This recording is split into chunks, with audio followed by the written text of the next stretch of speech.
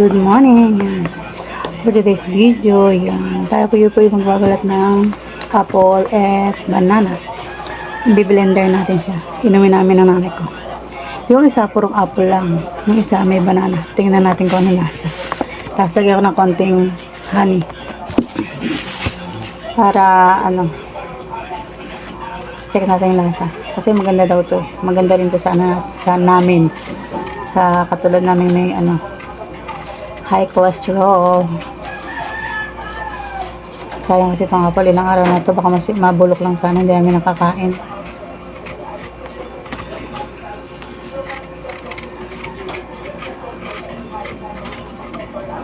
Hindi ko sisama yung balat kasi yan. Kinakain ko lang, pero hindi ko sisama sa parang mapahit, baka bumait yung sabaw, maging result niya. O nagkakaroon na ng kasi parang isang linggo ng stock yata ito. Hindi nakakain. Hindi kinakain.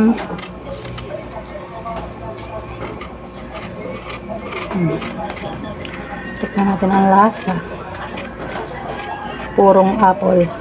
Tapos yung isa lalagyan ko ng purong apple na lagyan ko konting honey. Then yung isa ay apple with banana. Tingnan natin yung lasa nila. Ano na naisip na? Mahirap magbalik ng maligpiyas.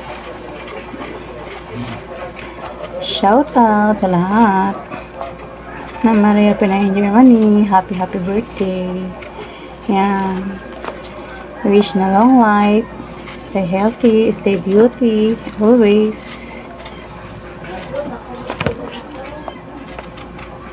Pa!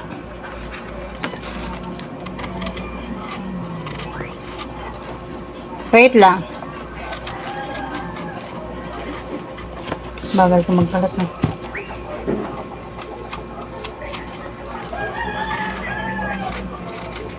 Siya yung kaya. Hati-hatin ko na siya sa malilenggit.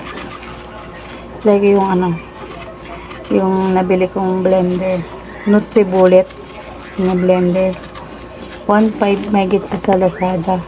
Pero dun sa kinukunan ko sa FB na FB Live, yung mga parcel na cancel na hindi kinukuha, nabili ko lang ng 800. Kaya ko lang naman siya binili dahil naalala ko, nanay ko, gusto ko ipag-blend siya ng mga sariwang fruits para mainom niya. Yan. Wait lang.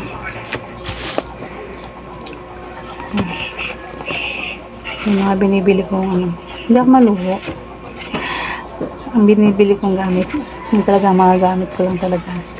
Tulad yan sa mga pagluluto ng puto, ganyan. Para pag may ako na nagluluto na namin, mga puto, o kaya kutsinta, o kaya sapin-sapin, yan. Hindi ko na kailangan ng mag-order kasi mahal din. Maganda pala pag marunong ka. So, ayan. Tatry natin siya ngayon. Yung blender. Kaya, nakakabili na ako ng mga fruits na yung pinagtatandem-tandem. Like, oregano, cucumber, na may salabat powder. Ayan. Kaya po nagtingin ako sa nag-inquire ako sa doon, nag-ikot kasi ako kung saan magkano yung magiging laboratory ng nanay ko. Nag-ikot ako sa mga pinuntahan ko, mga kulang-kulang. Gusto ko isang anuan lang, kaya nag-ikot ako. Nakarating ako ng Central Mall sa litro namin. Doon, kompleto. Aabot ng mahigit 8K. 8,000 yung halaga ng laboratory ng nanay ko. Yun, pina-schedule ko na kasi wala nang chance sa susunod kasi sa next Monday na yung aming ang aming mga balik sa PGH check up sa March 16. Ito yung Sabado lang sa hospital kasi at ay 1 month ang schedule ng to the echo at saka ng laboratory kahit yung sa DASCA na mura sana yung kaso 1 month kaso kulang din sa kanila merong wala dun sa diagnostic na yun kompleto yun nga lang tuwing Sabado lang yung to the echo. Kaya sinamantala ko na magpa-schedule kasi 3 days pala ang result nun. Pag next week pa ako magpa-schedule, hindi pwede. Alanganin na siya dahil Monday ang alis namin. Baka hindi kasama sa working day yung Sabado at Linggo. Kaya need ko na ipa-schedule yan. Pinaschedule ko na sa Sabado magpapalaboratory kami. Pinakompleto ko na para wala na akong intindihin sa Ayan, hagilap-hagilap para makapag-laboratory, gawa-gawa paraan sa aking mother, ayan. Para sa aking nanay, gagawin ko lahat para tumagal yung life niya. Ayan. Labs na labs natin ang ating mother. Kahit yun nga lang, sad lang kasi kung sana nagtutulungan kami magkakapatid, puro kapatid ko lalaki. Kung sana nagtutulungan kami, ayos lang. Kaso, wala simula na mag-work ako, 18 years old yun. Lahat parang ako na yung nag-handle sa namin. Pagpapagamot ng nanay ko, sa gastusin namin sa bahay dito. Dami namin, kuryente, tubig, lahat ako. Pero hindi ko siya iniintindi. Kala ng iba, maalwan ako. Grabe, utangin ako. Hindi daw warita sa akin na naghihirap ako. Diyos ko po, siguro maayos lang naman kasi ako nagtatrabaho ako. Kumbaga hindi ako, maano talaga ako. Kahit nasabi mo, ang mga damit ko, ukay-ukay, yan. Mukha siyang okay naman tingnan pag suot mo yan. Utangin ako. Kala marami akong kwarta. Pero sa totoo lang, hindi. Gumagawa lang ako ng parang para sa nanay ko. Saka hindi ko iniintindi ang problema. Dahil pag iniintindi mo ang problema, sasakit lang ang ulo mo. Tinatawanan ko lang yan, hindi nalalita. Pero pag sabihin mo na sa bahay na ako, yun. Doon ko naisip yung problema ganyan. Sarili ko lang. Ayoko yung iyan sa iba. Pag naisip ko lang sa sarili ko. Pero okay naman, nakakaraos naman. Tontuan naman ako lang kung hindi lang si God. Para sa atin, lahat yun. Makikinig na sa akin. Ayan, i-blend na natin to. Ayan, lagyan muna natin ng apple. Yung apple mo ng puro. Ipiin natin ito kasi ang dami.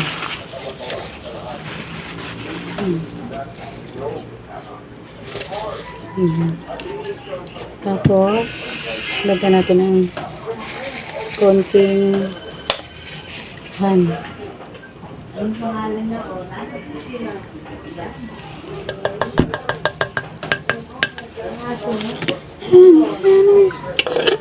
Kasi pag puro, hindi natin nasasabi pa.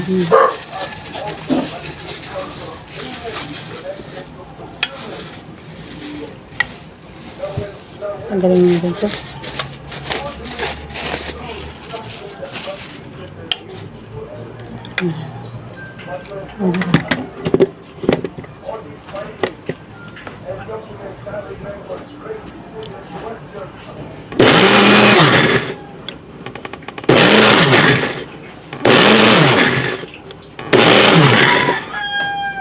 Ayan.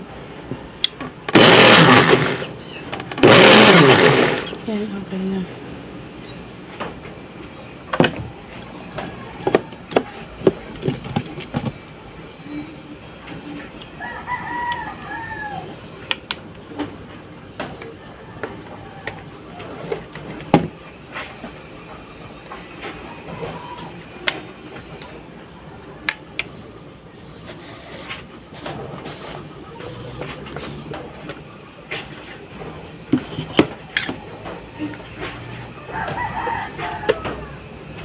Konti lang siya.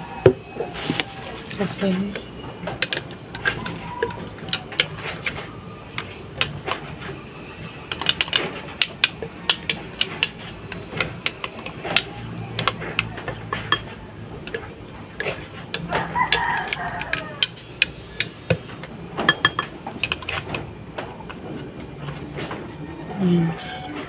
tikman na natin.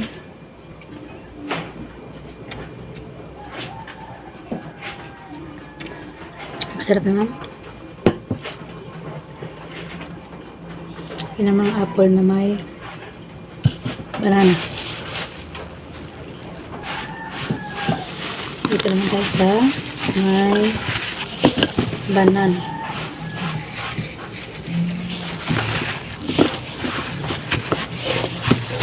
Masarap lagyan ng bata siguro. Siguro. Pampadagdag lalo ng ano yan. Okay na to.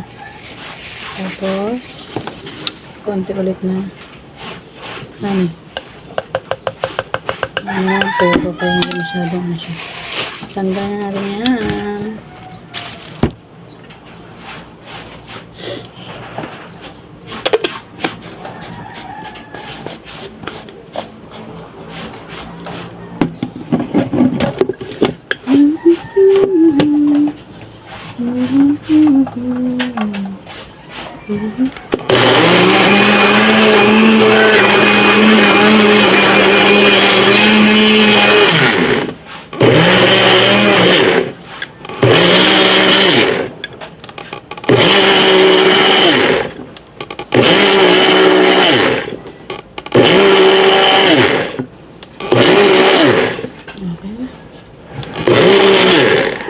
Diba?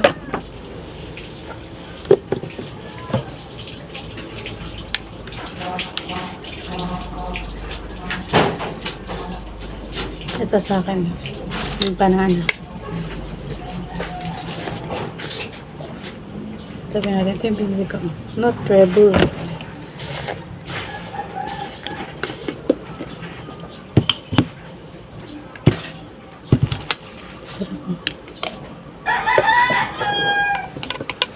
Fresh from the bottom of my heart. Yes, it is. Ayun na sa dulo.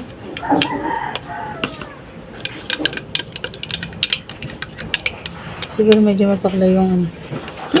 Hindi siya inog. Hindi siya sobrang inog. Pero okay siya. Matamis naman. Basta masustansya. Ganyan. Agasan natin ito. Ito yung apple na may banana. Ay, oo nga.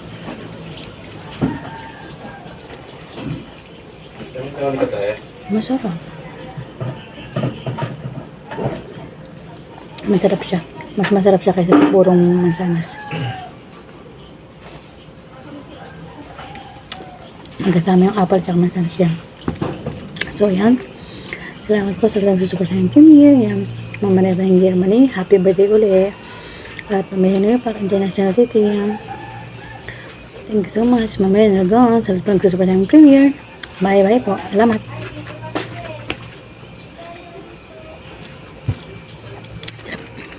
Shadows try to pull me under. Voices saying I will break. Pressure building like the thunder. But I'm strong.